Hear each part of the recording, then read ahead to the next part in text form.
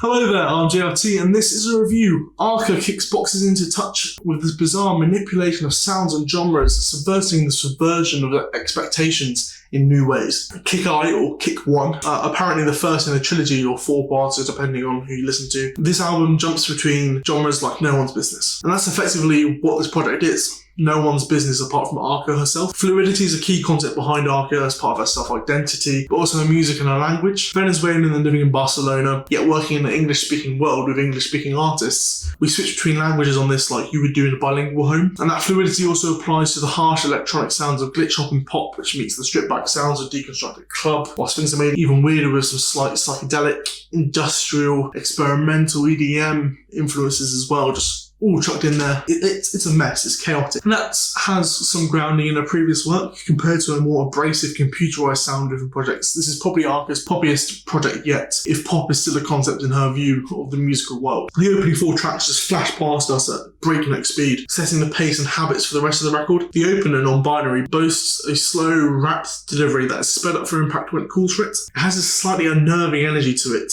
thanks to the weird percussion and Arca's closeness to the microphone, and that's influenced further by the layering of vocals. Just like the flow, the beat picks up when it wants to, with mechanical, industrial clashing of metal in the background and also gunfire and bullet casings. The song does eventually melt into its conclusion with a harrowing giggle to match the slightly off, high-pitched notes in the background. And the EDM vibes are at their strongest of time, which is a largely forgettable track for me that also boasts aspects of deconstructed club. Mequetrefe is our first proper dosage of Spanish on the track list, with more glitchy production and vocals on top of another rapidly changing beat. It has this feel of energy that can't be contained or controlled, coming out in spurts at random times. The opening track has the most cohesive feeling out of these. Barely though, as hardly anything on this feels properly connected, but this comes across as by design, especially on Riquiquí, which switches between the 2 languages. It shares the gunfire effects on the opener and the frequently changing beat of Mequetrefe, placing it towards glitch pop and industrial pop. We bring in more ethereal sounds of Calor, which also features in the background similar industrial sounds as the other tracks, but placed towards the back burner. The synths that carry us through this are also, again, semi-eerie, unnerving. Bjork, who employed Arca as a producer previously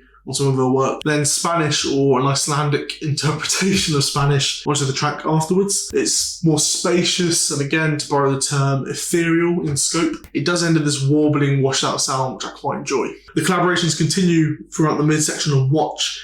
Shy Girl joins for a song firmly in the world of deconstructed club and glitch hop. The buzzing synths and sound effects create a computerized cacophony of sound that eventually works together into a more cohesive sounding track. There's a lot going on here, and whilst I do enjoy the instrumentals, they do swallow up Shy Girl's vocals completely to the point where she is simply background noise. However, that balance isn't really an issue on the tracklist highlight, KLK, where fellow Barcelona resident Rosalia joins in to lay down some lovely vocals. It's a lot more conventional than other tracks on here, replicating more club bangers in its structure, almost borrowing from reggaeton beats. That's not to say it isn't still experimental. It again uses gunfire and mechanical sounds, which now at this point of the album are slowly becoming repetitive, predictable and annoying. Rip the Slit certainly has some interesting lyrical imagery, to say the least. I do enjoy the manipulated vocals that bring us into the track, drawing from that hyperpop sound. Its very repetitive chorus is clearly designed to be the backbone of the song, and it does create a strong track. Art pop Princess Sophie joins on Chíqui, which really doesn't blow me away in truth. There are elements towards the tail end of the track that make it interesting, but it does seem a bit derivative at times. Machote comes to life with some strings, a new element amongst the chaos. It has this sort of shimmering effect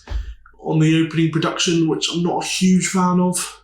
In fact, the last 2 tracks don't really offer anything new to me, aren't really worth much discussion.